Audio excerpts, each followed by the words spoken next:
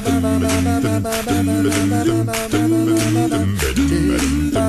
Lean Marketing Lab is the online community that has been created to further the cause of bringing continuous improvement to the sales and marketing community. The foundational work is in Lean, but you will find a flavor of service design and design thinking intertwined. I'm Joe Daggert, host of the webinar today, and what I would like to address today is how we really think about Lean as a business model, and more specifically, how to use it as an instrument of growth. Of course, if you're familiar with Lean, you know Lean is not a magic potion. It's not a prescription. Lean just typically sets the ideal. However, you must understand your organization, the culture that exists, and the culture that your customers expect and are willing to derive value from. And I always talk to people about Lean that you have to make it your own. If you're successful at implementing Lean, it simply won't be Lean, it'll become yours. You may not even call it Lean anymore. Outside, everybody looking into Lean mostly views Lean as a set of tools. And I'll be the first one to tell you that Lean has a great set of tools, and though I view Lean as more than that, I'm proud of the Lean tool set. And you can derive value from it. So if someone chooses to use Lean as just a tool set, there's probably not a lot wrong with that. You may do pretty well, but we know the people that practice Lean that there's much more to it. And whether we call SDCA, which is standard work, PDCA, which is continuous improvement, and EDCA, which I call more of an explore, do, check, act, or design thinking, or kind of that Lean startup mode. Whether these are all tools is debatable. But when we talk about a system or a model, one of the first things I think of is the tools that are used in the system. We use these tools to make sense out of a system. In an interview with Dr. Bally, or Michael Bally, he once told me a Zen story. And if you've studied Zen, he said, you see the mountain as a mountain. Then if you really study Zen very hard, then you no longer see the mountain as a mountain. But when you understand Zen, you see the mountain back as a mountain. I feel the same thing about the tools. When you first study Lean, you start with a set of tools. Then you study it more and you get something that is about thinking or philosophy. But when you do it a lot, you forget about the tools. But I think the tools are essentially very important. But I have a different take on what the tools mean. The way I see Lean as a management system is essentially a knowledge of transfer system. It's a training system. And the tools are the self-study exercises to understand your processes better. The tools is a way to look into problems, and they never solve the problem by themselves. Now, most people have used the tools or wanted to implement some sort of solutions to these tools thinking that it would make them better. And I think that's kind of besides the point. What makes you better is using the tools rigorously so you understand problems and your own processes, and then with hard work, take the time to figure out how to solve them. It's the process. And it's the process of solving your own problems that empowers you and which leads you to create better and more performing processes. When I introduce Lean as a growth strategy, I introduce it through the processes or maybe the tools of SDCA, PDCA, and EDCA. It's a three-step process for using Lean, and I define it this way. Standard work. When you think about growth, how do we align our people to focus on our key strengths? And I look at it as standard work because we have to have clear non-negotiables or clarity around who we are and what we do. in a growth structure, it's very important to define core businesses and probably the majority of our company resources into the core until it achieves its full potential. If you're not making money, I don't encourage people to look for growth to correct the problems. The odds are very against you for doing that. And then we have to look at growth and how do we make sure we keep improving and adapting? And that's closed-loop learning, or PDCA. Most big ideas are made up of a series of successful, smaller ideas driven by a simple and repeatable business model, or driven by SDCA. New markets and products, we look at that, and I always kind of look at that in terms of EDCA. Must come from a well-differentiated core. We have to be able to define what we cannot do. I mean, Apple's success is really about what they didn't do as much as it is about what they did do. We have to grow from that core. Now, there's a lot of different core strategies, but they all center on a repeatable business model.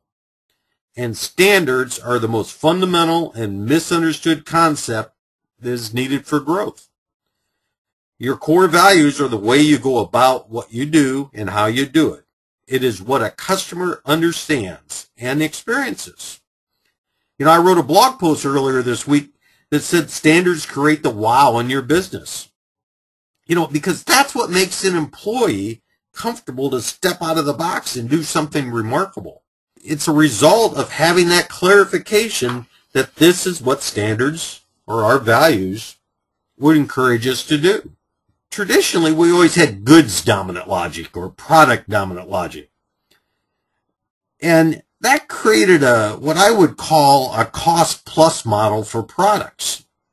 And when you scale, you have to do that by creating something better, faster, or cheaper. The other way of scaling is there has to be increasing markets. Well, in today's marketplace, a lot of things turn into commodities pretty quick. Better, faster, cheaper. We do that, especially with lean. But what happens? Someone catches up really quickly. You look at as many of our products and services are limited because of this. They were developed to sell features and benefits at the point of transaction and not value where use occurs. What we fail to view is the connectivity within an environment that allows us for the greatest opportunity of growth. If our products and services are designed to derive value and use, additional forms of innovation can easily occur. This is the opportunity that service-dominant logic, SD logic, presents for our organizations. Successful products and service are evolving into an ecosystem, and we can only be as effective as our value proposition at the point of use.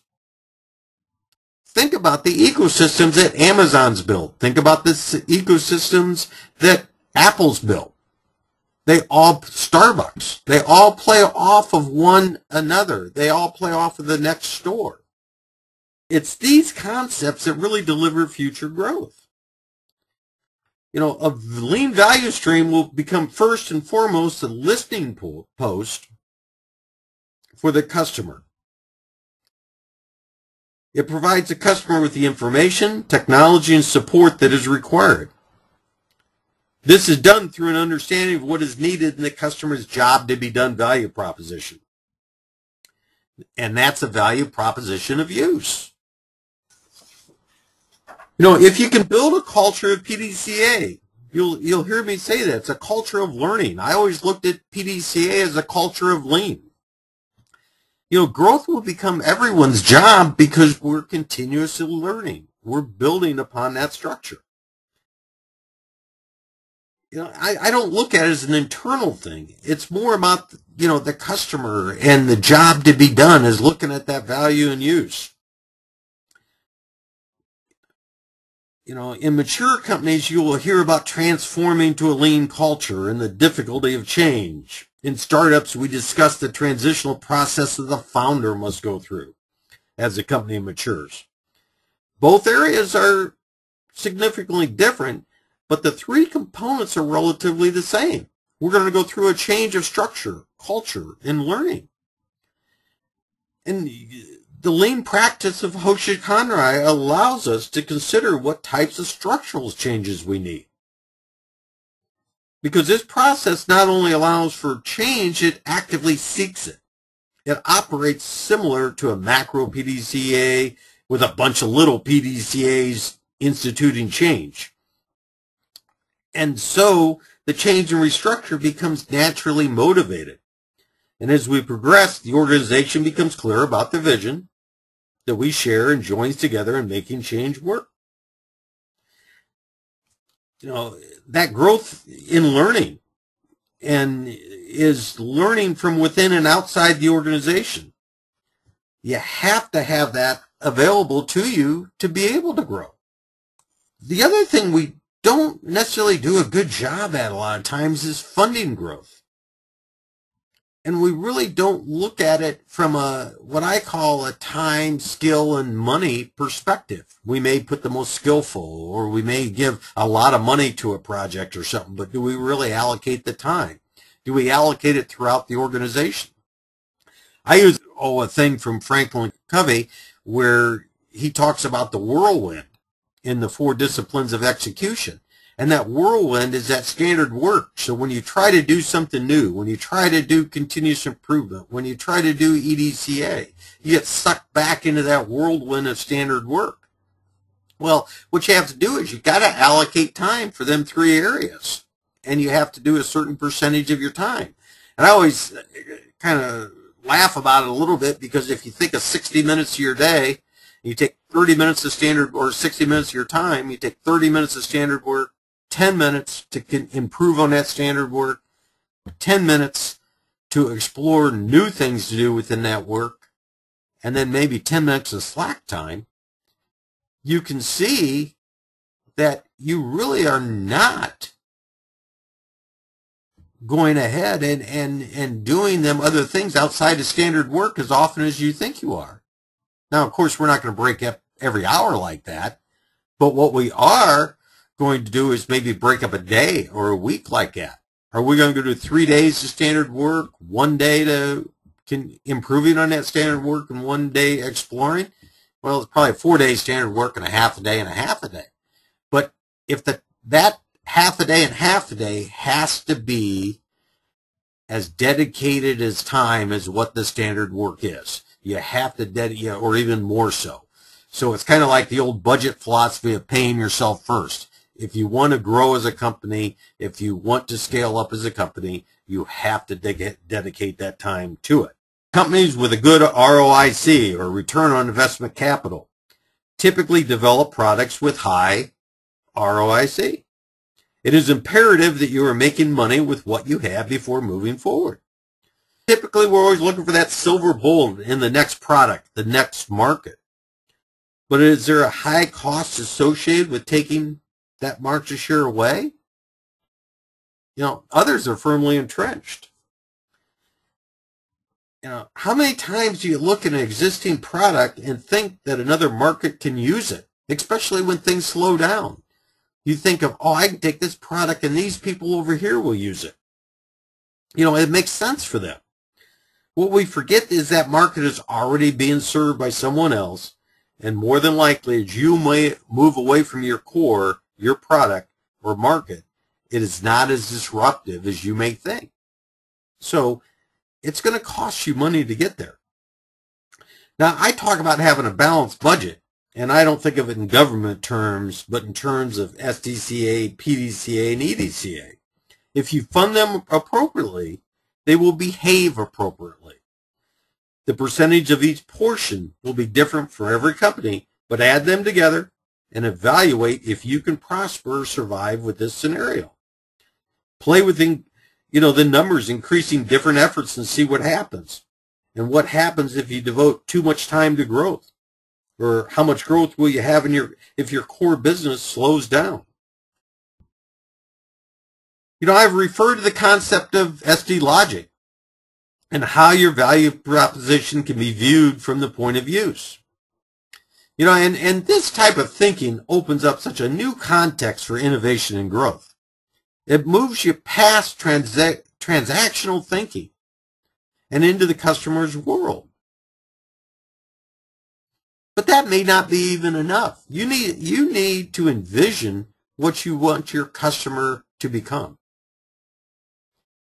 You have to envision how he's going to be using your product and how your product can grow with him.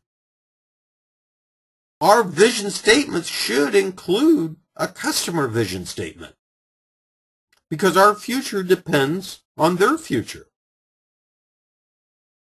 And we find that the greatest growth opportunities are on the edges of the use of our product or service. If you look at how our product and service is being used, what you will see is that peripheral edge, or that edge out there where others may be using it a little differently, or you'll see what is a result of that, of the outcome of the use of your product. And you'll start seeing how you can support that edge, that out there, that flow, to be able to grow a little bit farther into it. And without that participation, it's really tough to be able to scale and grow your company. We must make a concentrated effort to identify and participate in these knowledge flows on the edge. Think about the core, the standard work of your growth strategy. And PDCA provides the bridge between the core, the SDCA, and the edge, EDCA. When I talk to people about using these products together, I encourage them not to try to just jump out of SDCA, a standard work, and out of the core and into over and explore new possibilities. I think they should generate and have these thoughts come up with continuous improvement and the thoughts and through PDCA, and be able to nurture them a little bit before they just they just make the jump and say this is a great idea. Test the waters in slow incremental steps. A great book, The Power of Pull. John Hagel and John Seeley Brown wrote it. And they say that participants tend to focus on transactions rather than investing in the long-term effort to build sustainable, trust-based relationships on the edge. For this reason, especially, the few core participants to understand the full potential of the edge are able to reach out and connect into rich knowledge flows occurring on that edge. And they will be the ones that are best positioned to create economic value. They go on to discuss how the core needs the edge and how the edge needs the core. But when we envision tomorrow's best products or services being used in our customers' future, it really does create far-reaching possibilities. Our most successful salespeople are really doing that. In a recent blog post I wrote about lean salespeople are challengers, not problem solvers. And that challenger type salespeople are willing to challenge a customer thinking to create new opportunities through more effectiveness or innovative ways.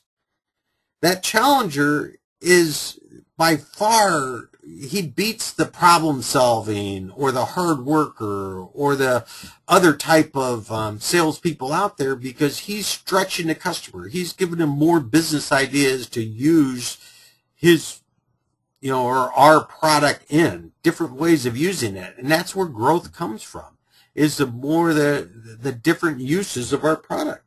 It's this type of thinking of your customer's business, the edges of their business, that you have to strive to achieve through the lean methods. Path for growth is not as tough as it may seem. It will vary for everyone.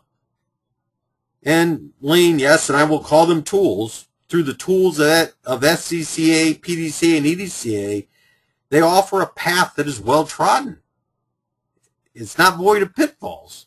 It is not straight, but it provides you with a system that works.